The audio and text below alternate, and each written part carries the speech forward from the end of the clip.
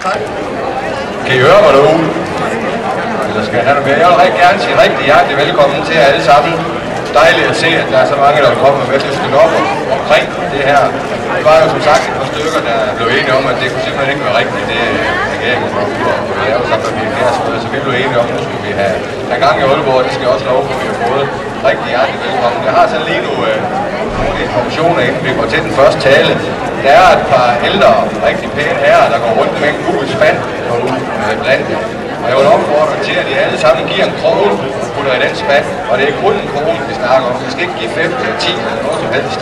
Det er en krone, vi snakker om. Og det er en idé, vi fødes her i formiddag, som vi så vil håbe, at Aarhus vil lave. De holder også demonstration. Vi vil også håbe, at den kan komme på Christiansborg. Fordi vi hørte her den anden dag, at Pia Kjærsgaard håbede på her, når hun gik på pension, at hun så fik råd og tid til at rejse noget mere sammen med sin mand.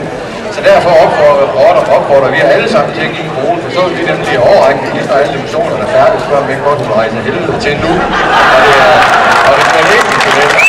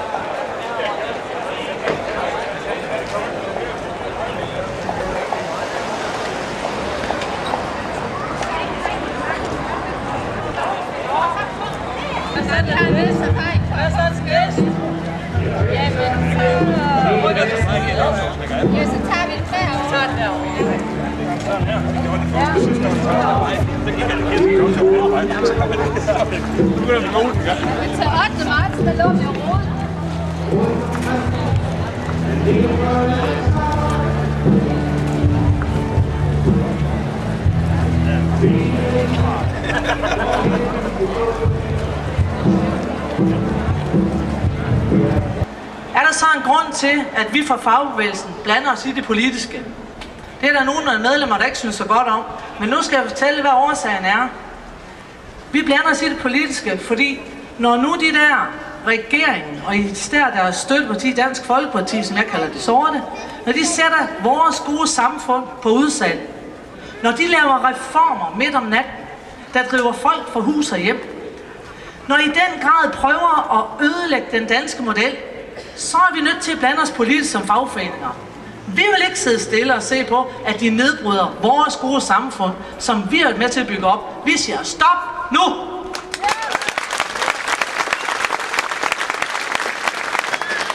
Tak skal I have, og tak for velkomsten. Det er dejligt at komme fra København, hvor det regnede, og her til Aalborg, hvor solen skinner smukt.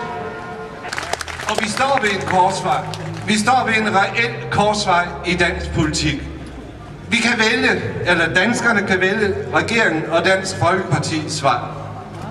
Det er store skattelettelser til bankdirektørerne, til advokaterne og alle dem, der har rigtig meget i forvejen. Så er det fyringer, så er det nedskæringer i kommunerne.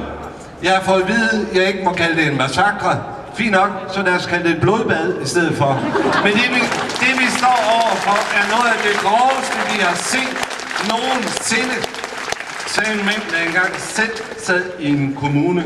Hvad betyder det? Det betyder ringere hjemmehjælp til de ældre. Det betyder dårligere forhold for vores børn. Og årsagen findes ved det nuværende flertal på Christiansborg. Hvis nogen spørger, men kan de ikke huske, at Pia Kjærsgaard sagde, at hun vil passe godt på de dårligt stillede? Kan I ikke huske, hun sagde, at hun vil være garanten for de ældre?